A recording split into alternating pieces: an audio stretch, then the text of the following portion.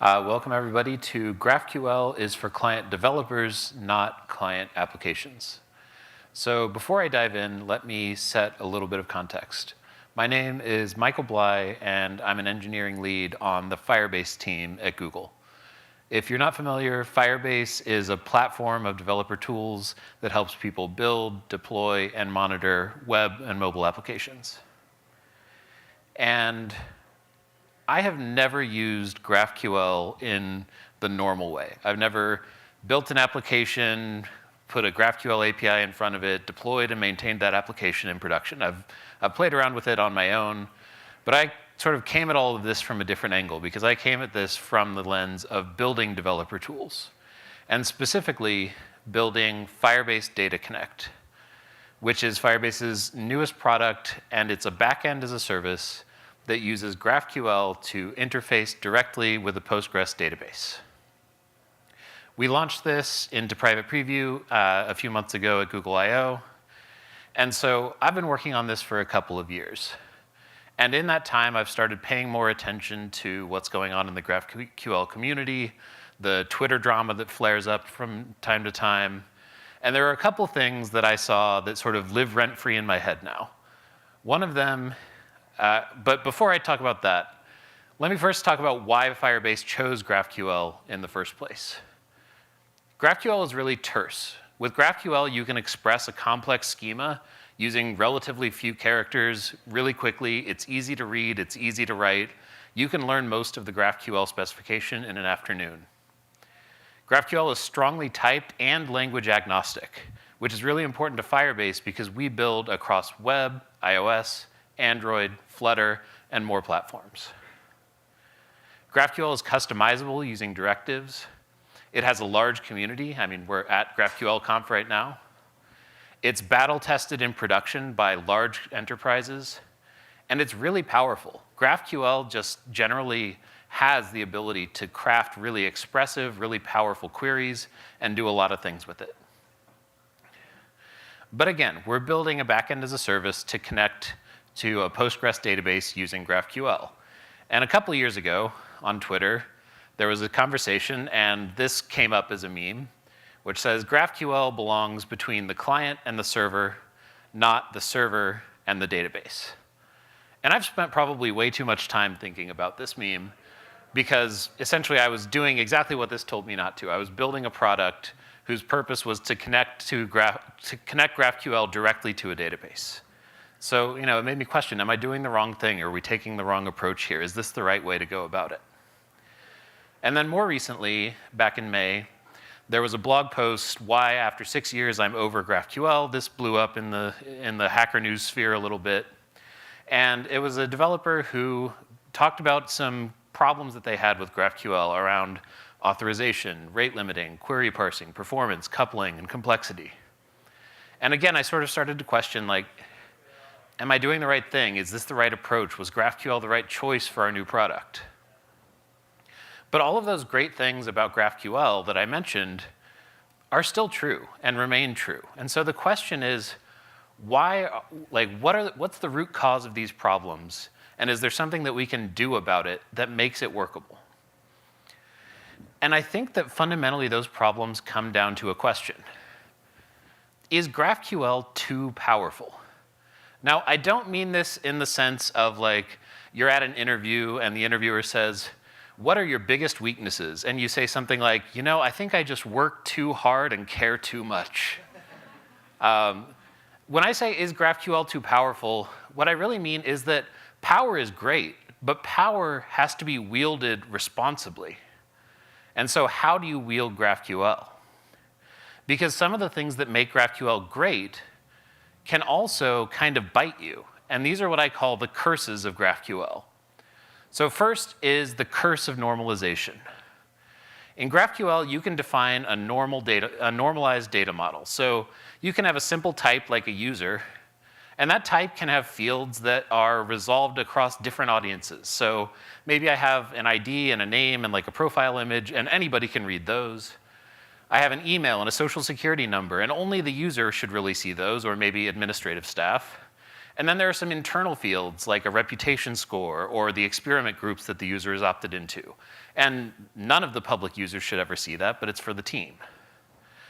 It's amazing that GraphQL lets you put all of this into one place, and then you can write queries. You can say, well, for the home feed, I only need that public-facing information. I don't need to fetch the rest. For the settings page, I need to fetch all of the information that the user has access to, but I still want to keep that internal stuff out. And for the support team page, I'm going to fetch most of the information, but I'll leave the SSN out because that's private, personally identifiable information. I don't want my support team to see that. And this is really powerful, and this is an awesome attribute of GraphQL until you need to implement authorization for it. Because now you have this complex intermeshing of various audiences, each of whom may need access to certain fields but not other ones, and you end up just implementing a lot of complicated logic around who has access to what. And I think that the thing that I dislike the most about this is just that you have to kind of think about the entire universe of possible accesses at the point of your field. So you have to say, who is every possible person who might need access to this field and every possible person who shouldn't have access to this field, and let me define up front the rules that allow that access. So this is workable, but it's not my favorite thing. And that's kind of why this can become a curse. Another is the curse of coalescence. So GraphQL is awesome at coalescing multiple requests into a single request. You avoid request waterfalls, you avoid that server-side round trip, and you bring everything into one request. If you're doing something like a homepage query where you pull some items from a feed and you pull some upcoming events the users subscribe to, and maybe there's a notification banner, like, this is great, 10 out of 10, chef's kiss, no notes. I love doing stuff like this because it just makes my job as a developer easier. I'm bringing together multiple things that I need at the same time anyway. But at the same time, I can construct a query that looks like this, where I find friends of friends of friends of friends of friends, and then I just ask for the name, and now I'm querying 2 billion rows in my database, and everything crashes and my service falls over. And again, you can mitigate these kinds of problems. You can do things like implementing a maximum depth to your queries. You can have complexity scores. There's lots of things you can do. But you have to think about all of that up front. You have to guard yourself against potential misusing queries. And so ultimately, I think this boils down to the curse of queryability. GraphQL is a query language. You can construct really expressive, arbitrary queries against a type schema and come back with lots of different things. The surface area is enormous. And what we like to think about is that we have a back-end developer, and the back-end developer builds a GraphQL API. And we have a client developer, and the client developer builds an app that uses the GraphQL API. And we have an app user, and the app user consumes the app, which calls the GraphQL API. Everything is rainbows and sunshine. This is exactly what we think about. This is exactly what we want to happen. The problem, though, is sometimes you don't have an app user. Instead, you have a bad actor. And the bad actor says, hey, I noticed this app is using GraphQL. I'm just going to go ahead and toss that app in the garbage can, and I'm going to go straight to the API, and I'm going to try to see what I can break. And that could be trying to exfiltrate sensitive data. That could be trying to inject bad data. That could be trying to just denial of service your server by querying too much. There's a bunch of bad things that they can try to do. And this is a problem because we have a mix of personas here. We have a back-end developer who's trusted. We have a client developer who's trusted. And we have an app user who is definitely not trusted. Even though 99.99% of your users are going to be lovely people who just want to tap around on their mobile app, that 0.01% can really wreak some havoc. So how do we break these curses? What is the mechanism for solving this problem? Well, I've already talked about some of those. You can do query complexity scores and per-field authorization and maximum query depth and multiple graphs that are exposed to different clients differently and per-field rate limiting. You can pile all of these things up to mitigate these problems, and that's by and large what people do. But let's think about who is responsible for doing all of that work. It's definitely not the app user. They're just using the app. They're not going to do all of this work. And the client developer, even if they'd like to help, they don't really have an opportunity to help here because they're just a consumer of the API. They can only handle what, like, they're just using it. And so ultimately, all of this complexity falls onto the backend developer, who now has to think about this entire world of potential problems and misuse of their API, and they have to build all these complex solutions to solve that. And as somebody who likes building backends, that makes me a little sad. I don't want to do all that work. And why is this such a problem? And I think that it's largely a problem because we are putting two people on equivalent footing. We are putting the client developer and the app user or a potential bad actor as basically peers in this system because they both have equal access to the GraphQL API. Now, the app developer knows the internals and is going to know which fields exist. Most people disable introspection in prod, right? But by and large, an app developer is accessing the API the same way that a bad actor would. And that's not what we want. We don't want the bad actor accessing our APIs.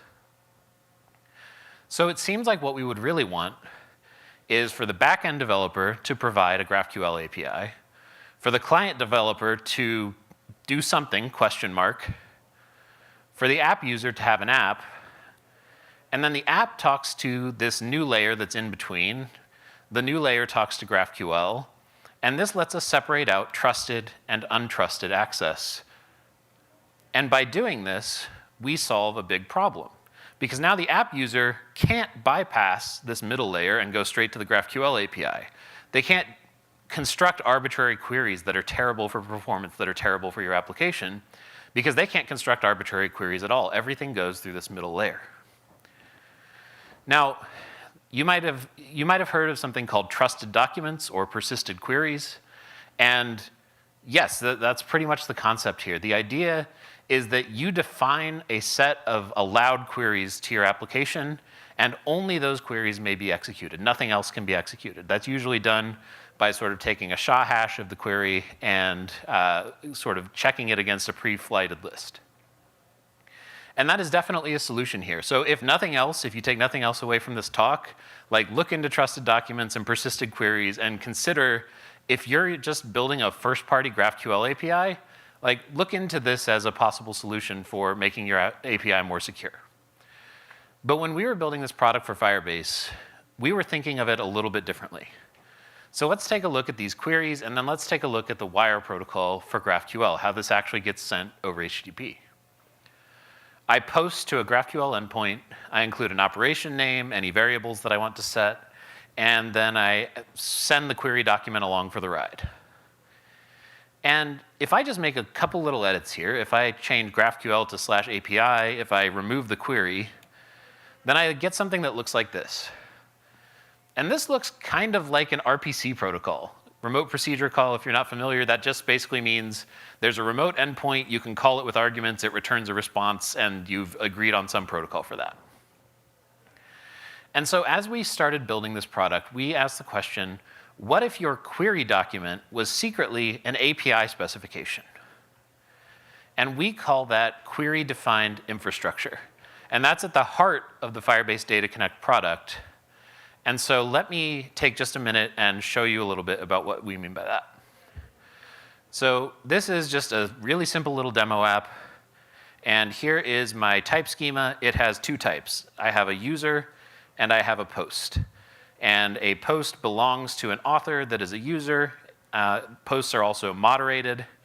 And you can see that each one has a table directive. So this means that each of these is represented by a table in Postgres. And with Data Connect, your GraphQL schema actually drives your Postgres database. So if I added a new field here, say favorite animal, and I save that, and then I pop over and I take a look at my schema, you can see that indeed favorite animal shows up. If I delete that back out, save, it's going to drop that out of my database. So with Data Connect, we have a GraphQL schema that is actually driving your database schema. And it does more than that, because based on these types, it generates a rich query layer. So I can type a query. Whoop. There we go. And I can see with autocomplete, I can query users, and let's say that I want their favorite color and their name. And I can also do sort of rich SQL-style filtering, so where, and let's say name starts with m. And I'll just run this using the VS Code extension that we built. And you can see that I've got users whose name starts with M and their favorite color and name. So this is just GraphQL, right? Like, we're just building GraphQL. The only thing that we've done here is we have built a GraphQL to SQL translation layer that we automatically generate for you based on your schema. I could have a whole talk about this, but that's not what this talk is about, because this talk is about a different part of Firebase Data Connect. It's about what we call connectors. So you can see in my files, I have this connector directory that has 3 files in it: admin, post, and user.gql. And these represent the operations that I actually want to use in my application. So for post, I have create post, delete post, and list posts. For admin, I have approving posts, rejecting posts, and I have a moderation queue query that loads a bunch of stuff. And for users, I have something that automatically updates when they sign in, and I have a get profile. So these are just the operations that I need to use in my app.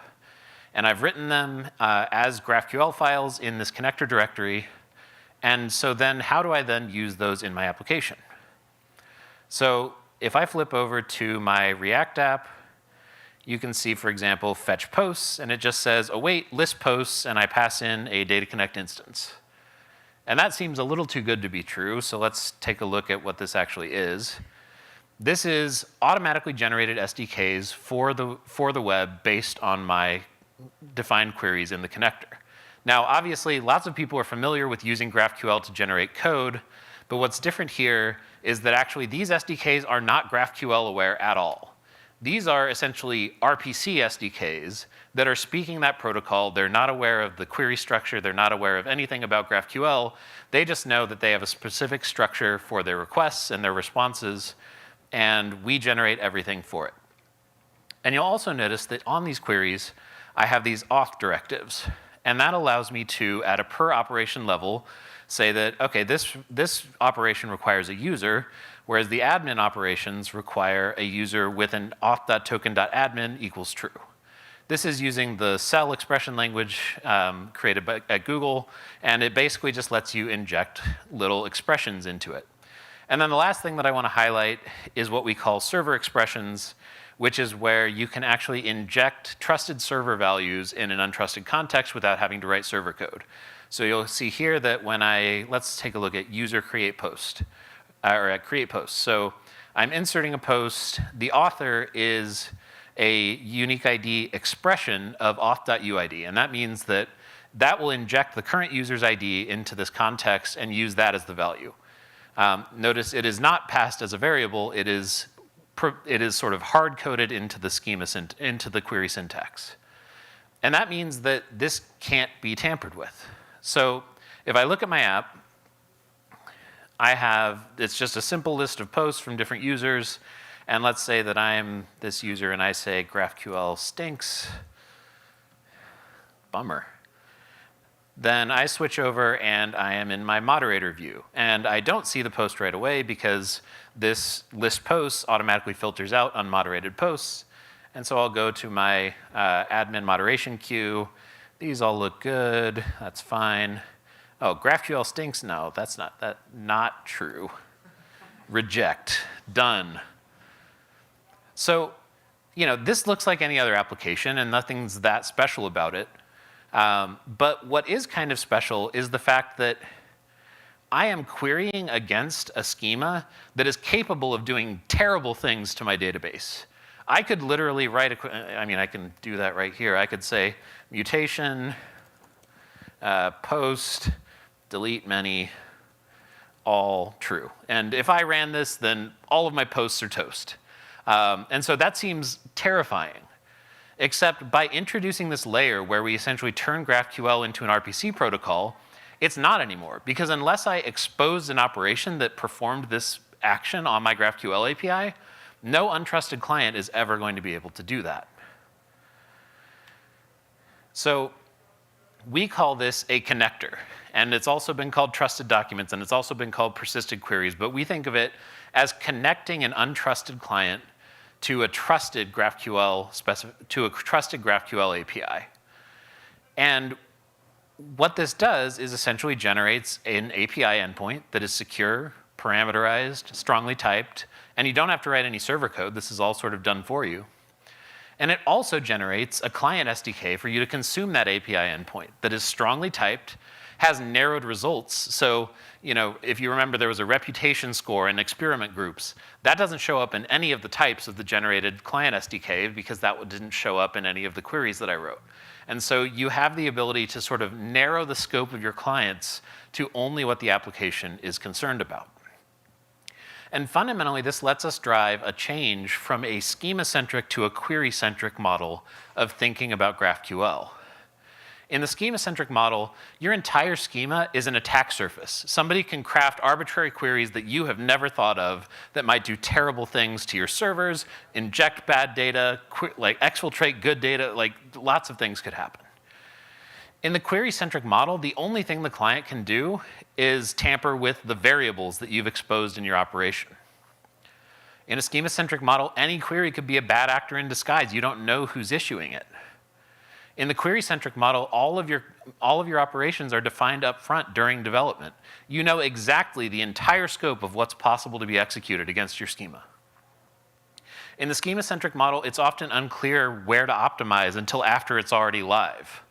With the query-centric model, you can analyze everything statically up front. You can do complexity analysis based on just the pre-saved document before you ever deploy it.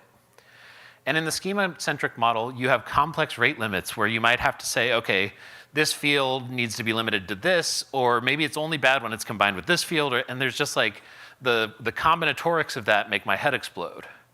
In the query-centric model, you can just think about like, I don't know, how many times should a user be able to query the home page? And you could set your limits based on that. You can think about things at the operation level.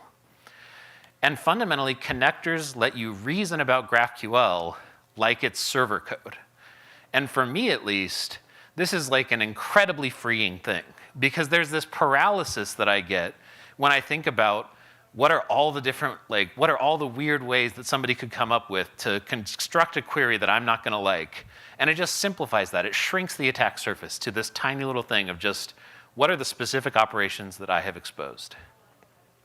And so even though most of what I've been talking about is sort of a security feature or could be considered like a security model or approach to GraphQL, I'm in the developer experience track here. And why am I in the developer experience track? Because for me, this security model makes the developer experience with GraphQL so much easier. Like it's so much off my shoulders as a backend developer to not have to worry about the entire possibility space of every query with every field that I add, with every new resolver. So as you've probably guessed now, that question mark, that mystery layer, is Firebase Data Connect. And because that translates GraphQL into this sort of more RPC-like, more constrained API, that lets us do the very thing that was talked about as being a bad idea. We can have our GraphQL talk directly to our database without a server layer in between that's telling you what you can and can't do. And it's safe to do because only privileged users with administrative credentials have access to the full power of the GraphQL API. And untrusted clients only have access to that limited set of operations that you've exposed. So before, we had our backend developer, and they had to deal with all of these problems kind of by themselves. But with the model of a connector, the client developer gets in on it, and you can work together. And so the backend developer is worrying about providing the data that's being consumed by the client developer. You still have to worry about N+1 queries. Sorry, that doesn't go away. And you optimize for the use cases that are actually in the application. But the client developer also can worry about some of this. They can worry about making sure they're careful in field selection so that they're not overexposing data. They can select the authentication and authorization that's right for each individual endpoint, because that's really where it's easiest to reason about. If I'm saying, like, show me the home page, then I can think about, okay, like, who should be able to see the home page, instead of who should be able to see field C on type A that's exposed in the home page, but also in 8 other locations. And the client developer is responsible for being reasonable about query complexity. If you did the friends of friends of friends of friends query as a client developer, you're still going to break your app. But at least this time, you can probably catch it in CI instead of in the wild when somebody just issues that query randomly. And so these problems don't go away, but they are greatly diminished by taking this model. We've used this to build Firebase Data Connect, and right now, Firebase Data Connect is just for talking to Postgres. We've got big plans and future things that we want to do, but I also wanted to make this talk just because even if you don't use any Firebase products, even if you just use persisted queries or trusted documents or whatever you want to call it, whatever tool is providing it, I think that that security model is incredibly freeing for GraphQL, and so I thought it was worth sharing. Because GraphQL is great for client developers, not client applications. Thank you.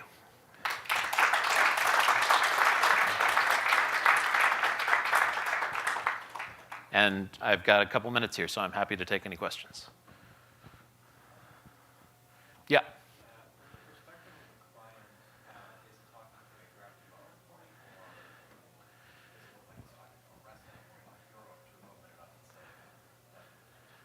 So the question was, does the client look like it's talking to a GraphQL endpoint or to a REST endpoint? Our current implementation for Data Connect is that it is essentially compatible with the GraphQL wire protocol. We just omit the query part of the wire protocol. And so we made that decision kind of deliberately. But we have thought about, what if you could add annotations to a query or mutation that gave it an endpoint path and a method name, and now you're essentially constructing a REST API out of a GraphQL query. So those are things that we've thought about, but at the moment it is similar to the GraphQL wire protocol. Yeah? How central is that auth directive to sort of the whole story? So for us, it's very central because the layer between the server and the database is not written by hand. It's not written by the user. So there's essentially no access control other than just whatever the database or whatever the server has been granted access to within the database, the server has access to. So for us, it's really important because you have to define that on every operation. If you are just using the sort of persisted query model and you have authorization code in your resolvers, then it's still just as secure as that. It's the same thing. It's just that you can't construct arbitrary queries. So I would say that having these sort of custom auth directives on the operation, it kind of depends on how much you want to use this connector model as a security model versus just using it as an enhancing security feature to reduce attack surface. Does that make sense? Yeah. So I think that it would be, the question was does this become a leaky abstraction because now you're sort of applying authorization at multiple points? And I think off the top of my head, I would say that it's probably similar to how field level authorization works now, where it's just you're actually applying authorization at a bunch of different levels, and at each level when you apply that authorization, you're deciding, am I throwing an error when this gets hit by somebody who shouldn't do it, or am I just nulling it out and returning a partial response? And I think it's sort of the same thing, except for you're probably throwing an error. So I think it is, there are ways that these things compose together and could run into conflict, but I think it's sort of no different than how authorization works otherwise. Yeah. So the question, it was essentially queries live with in the client code. And with this model, don't you have to essentially ship all of your queries to the server in order to have this work? And the answer is yes, kind of, but you can actually separate these out a little bit. So you can have, within Firebase Data Connect, for example, again, this is, I'm sort of talking about a pattern, and I don't have an open source library to share. I just have the product that we've built. But in Firebase Data Connect, the schema and the connector are two different resources, and they have sort of independent permissions. So you could have somebody you could say that developer A has permissions to update the schema, and developer B has permissions to create and update connectors, and those can be entirely different. Those could also be separate deployment processes. So the way that I would think about this is that you have essentially a schema deployment process where you are updating the world of possibility that connectors can consume, and then you can have a separate connector deployment policy if you want, where the client, which is essentially a pre-flight of your client deployment. So before you would release your app to the App Store, before you would deploy a new version of your web app, first you would deploy a new version of your connector. And so that can still be in control of the client team. That can still even be in the client code base. But it does require sort of this deployment and extra step, which is the same with persisted queries, which is the same with trusted documents. It is essentially pre-registering your query documents in some way, shape, or form with a server. But that can be sort of decoupled in lifecycle. So you don't necessarily have to do like a server release to do a client release. You just need to essentially have a resource that you can update that represents those trusted queries. I mean, I certainly hope. So the question was, are we really saving time, or are we just sort of like shuffling around where things go? And I mean, obviously my goal is that we've saved you a lot of time. And I think that the way that we save you time is that you don't have to construct, lots of people, right, are going to write a GraphQL schema that essentially each resolver is calling to an ORM like Prisma or something, and then just resolving with data that it gets. And then you're also going to separately have to write queries that consume that resolver that you wrote. And so it's basically rather than having to write the resolver and the query that consumes the resolver and making sure that you have types that get generated from one of those or in both places, we just sort of smush all of that together and say when you write the query, you are also resolving this data from this very flexible generated query schema that we've built for you out of the database. And so I don't think that that's been the most articulate answer, but I do think that we save you time, is the TLDR. I'll try. I appreciate that. Please do. All right, I think that I am slightly over, but if there's any last questions, I'm happy to keep chatting about this all day. Feel free to follow me out of the room. So thank you very much for your time.